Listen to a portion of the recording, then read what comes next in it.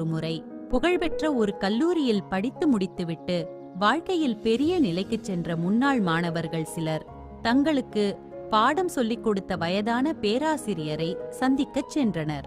அனைவரும் அமர்ந்து பேசிக் கொண்டிருக்கும்போது ஒரு கட்டத்தில் பேச்சு அவர்கள் வாழ்க்கையில் சந்திக்கும் மன அழுத்தம் மற்றும் வேலைப்பளு பற்றி திரும்பியது.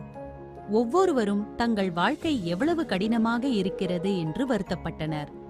அவர்களுக்கு பானம் வழங்க எண்ணிய பேராசிரியர் சமையலறைக்குச் சென்று ஒரு பெரிய ஜாடியில் காஃபியை எடுத்து வந்தார்.